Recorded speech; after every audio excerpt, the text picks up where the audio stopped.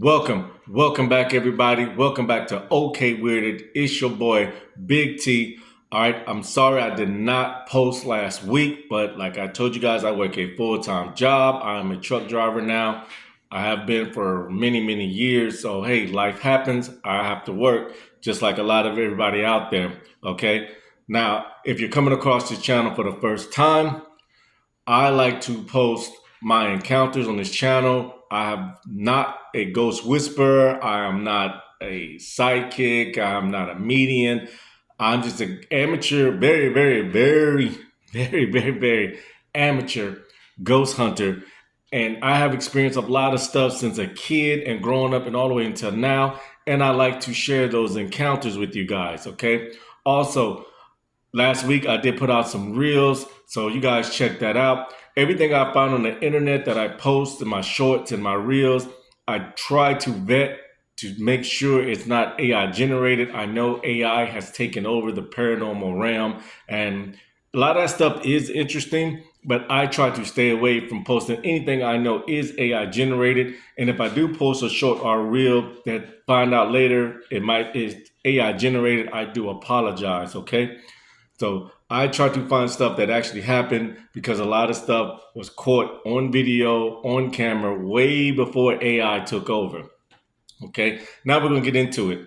If you don't know already, I served 4 years in the Marine Corps, 10 years in the Army. And when I got out of the Army, before I got into truck driving, I got into law enforcement for several years. I was a city police officer and I was a county deputy. And I also worked in the jail when I was a county deputy before I went on patrol.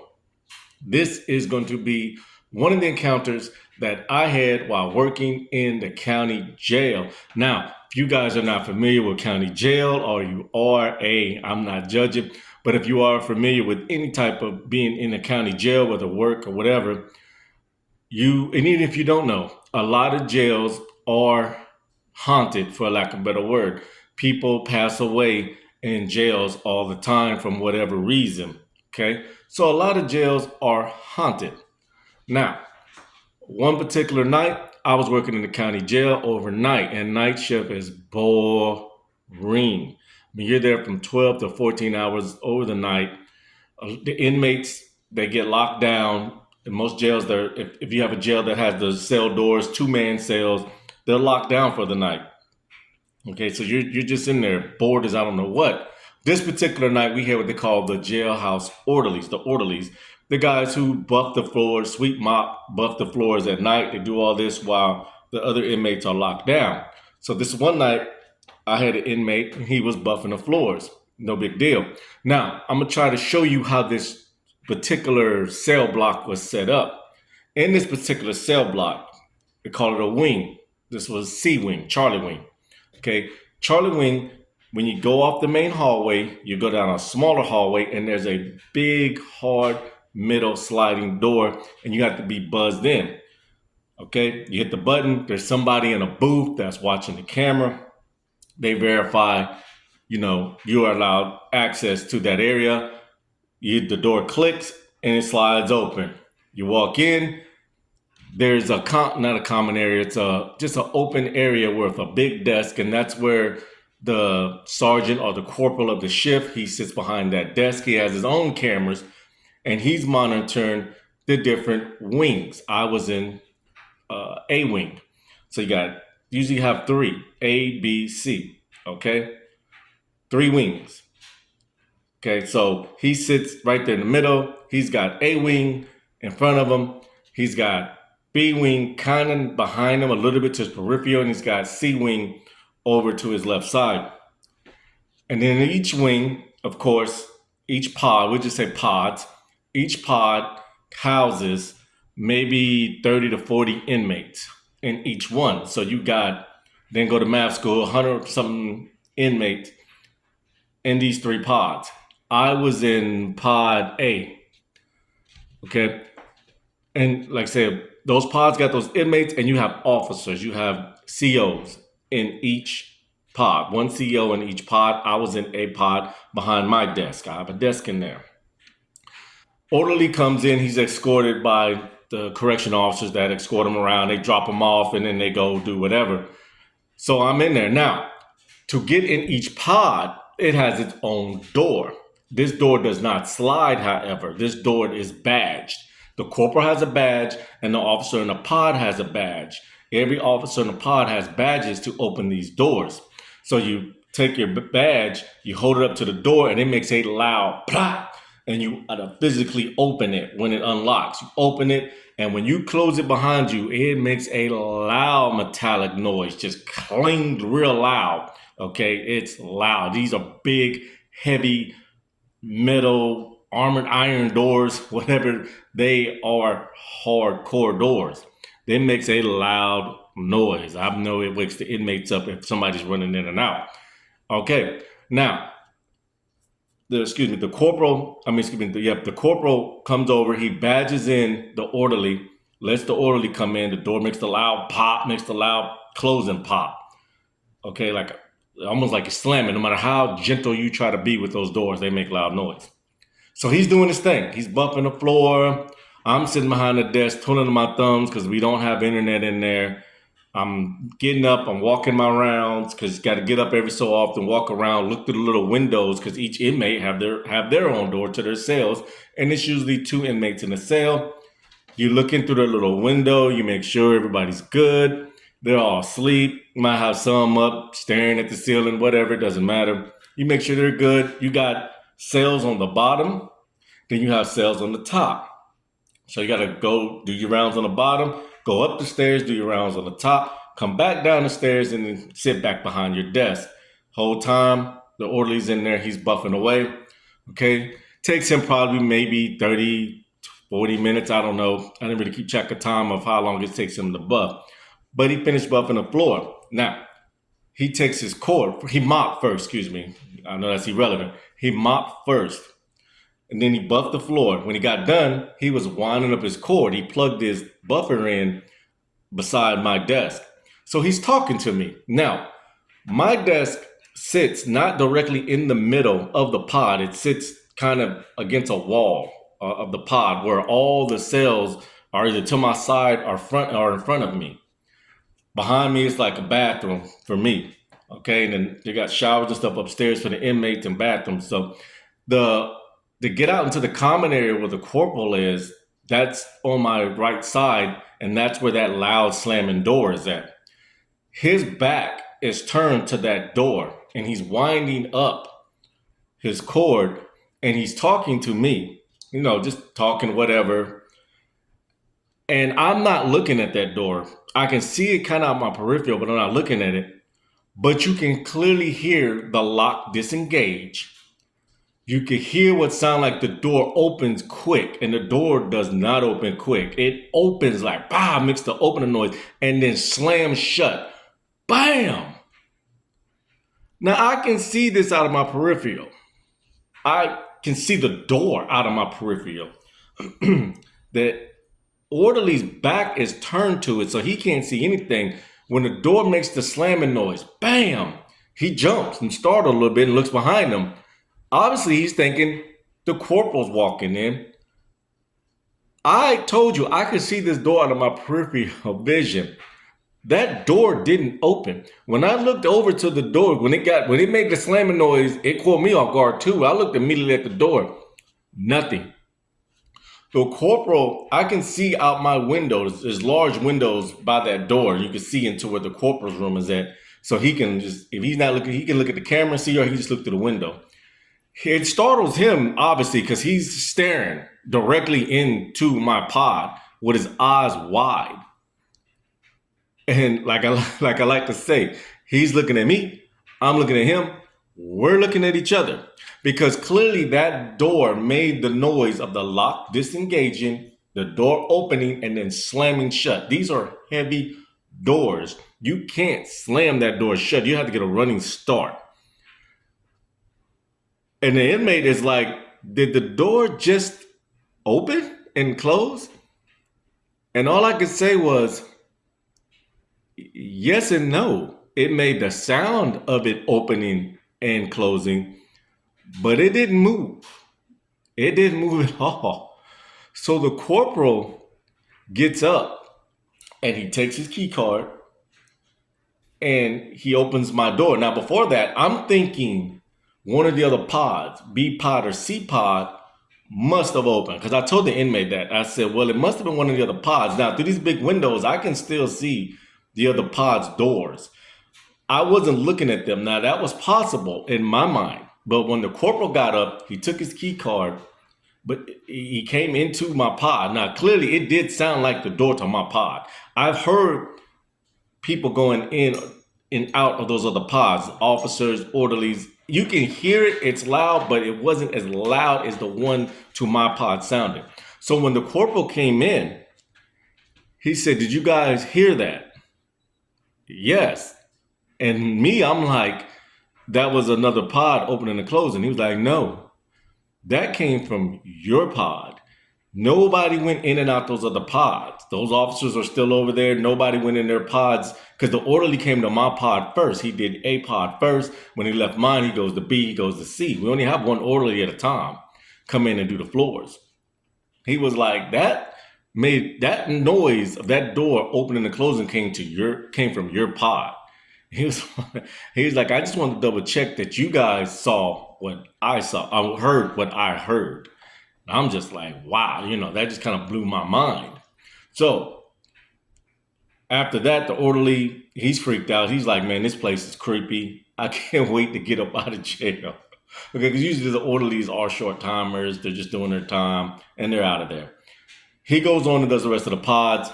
That happened probably we locked down, I think maybe 8, 9 o'clock at night, maybe a little later. But that happened probably about 12:30, midnight.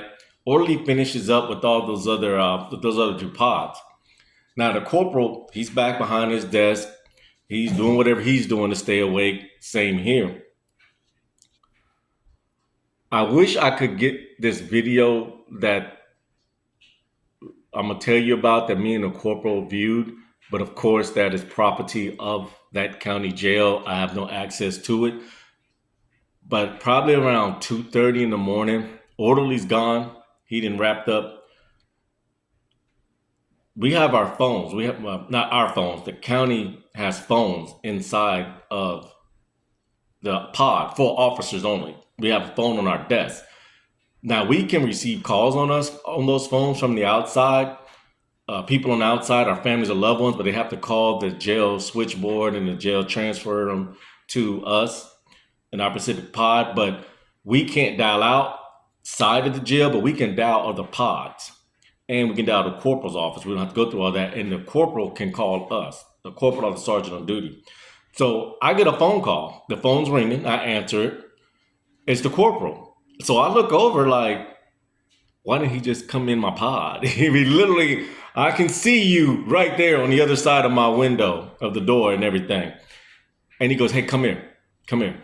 I need you to come here. I'm like, okay. Get off the phone. I use my key card. I'll go outside the pod. He's like, come here. He tells me to come around his desk. He has like 3 monitors so he can see each pod. He's like, look at this. I can't take my eyes off of it. That's why I called you.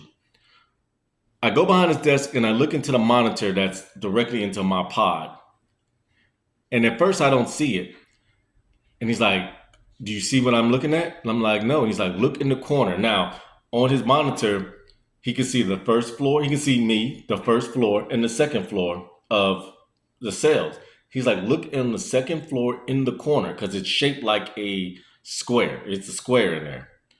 Look in the corner on the second floor and tell me what you see. And I looked, and it was like kind of like a haze, shadowy haze, like a cloud, but solid, and it's moving back and forth between 3 or 4 cells on the outside, back and forth. And then it'll slow down, and then it'll dart quick, and then it'll come back, slow down, dart, and just move around. Then it goes off camera.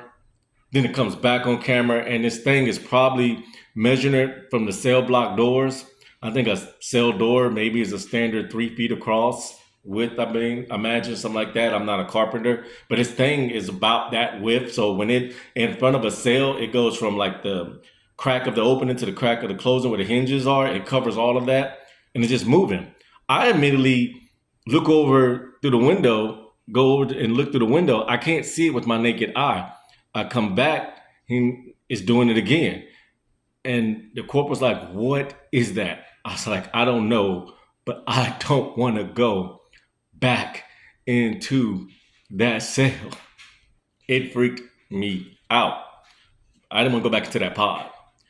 And he was like, "I just saw this and I was trying to figure it out." And we're just looking at it, and then all of a sudden, it's just gone. We sit there a few more minutes, it's gone. It just disappeared. It's out of there. So I go back into, I'm out there probably about a good 5, maybe even 6 minutes. We're looking at that. I go back into the pod. I go to do my rounds because it was time for me to do my rounds. I go on the bottom. I'm freaked out. I go on the bottom floor. And then I get to the top floor. And I'm, like I said, I'm looking in each cell as I go past to make sure the inmates are okay. I get to that corner where that shadowy thing that was floating, zipping back and forth. I'm already nervous. I look into one of the particular cells, and one of the inmates is up. And I ain't pay no attention because he's just up. There's sometimes they can't sleep, and they're just up, and he's looking through the little window. He's sitting on his bed, and as I walk past, we make eye contact, and I'm about to continue on my way, and he goes, "CO." He calls me by my name, CO, CO, CO. And I come back, and I'm like, "Hey, what's going on, man?" He's like, "Yo, what's your deal?" I said, "What do you mean, what's my deal?" He's like, he's like, "I've been trying to call you and get you to stop, and you just don't stop." I'm like, what's going on with you, man? What you doing?" I was like, "What are you talking about?" He was like, "Why are you messing with me?" And I'm still like, "What are you talking about?" He was like, "Man, for the past 5 minutes, you just been walking back and forth looking at my cell. You just walk past, look at me, and leave. Come right back 2 seconds later, look at me and leave. And every time I call you, you just walk off." He was like, "What's going on with you, man? What you up to?" And I'm like, and I forgot his name. Um, we'll just call him Johnson. And I'm like, "Johnson, what are you talking about? I haven't been by your cell in the past hour. I do my checks every hour and a half. This is the first time since that last check, which is about an hour and 15 minutes ago, I walked past your cell." And he was like, "Stop playing. You were walking past my cell every 3, 4 seconds. You'll stop, look at me, walk off, call back, look at me. I'll be like, 'What do you want?' And you'll walk off." It's like, "No, I promise you, man. I promise you, I was not doing that." Now, I didn't tell him about what I saw on camera in the corporal's area. He probably wouldn't have believed me. And then I told him, I said, "As long as you've been in here and I've been doing this pod, have I ever messed with you before?" He's like, "No, you haven't. It's just kind of strange that you was doing that." Didn't And I was like, "I haven't, man. I really, really haven't. Did not do that." So he was just like, "All right, well, if you say so." So I walk off from his cell, and I get back to my desk, and I decide I was going to call the corporal and tell him what that inmate said, because I know he can see me talking to that inmate on camera. And usually something at night like that, the corporal wants to know, "Hey, what's the deal with that? Is that inmate okay?" But I decided to go back out there, and I told him exactly what what inmate Johnson was telling me. And he was like, that is strange." He was like, "Are you serious?" I was like, "Yes." He actually said I was walking back and forth in front of his cell, looking at him, walking off, looking at him. Now, I do know there are people that look alike in this world, but the person that looked like me should not have been in that cell that night. It was just me as the only officer in that pod that night. Was it a ghostly doubleganger? I have no clue. Okay, I just know what I saw, what I heard that night, earlier that night, with that door opening and closing, but it didn't. It just made the noise of it. the little weird thing caught on camera, going back and forth in front of those two cells. And then that one particular cell in the corner, the inmate thought he saw me just walking back and forth real quick, looking in his cell. Was weird. Very, very weird, very, very creepy. Like I said, strange stuff happens in jails. A few people have passed away from whatever reason while I was working in that jail. And I'm pretty sure way before I started working there, people passed away and people will continue to pass away.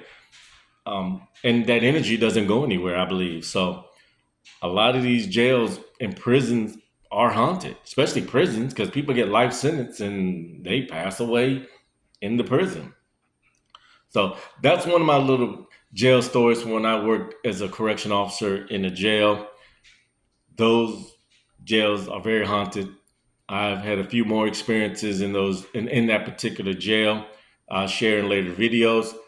But if you worked in a jail or were in a jail, okay, and you had a weird, creepy, or paranormal encounter, I would love to hear about your encounter. You can either comment on here or you can email me at okweirded@gmail.com.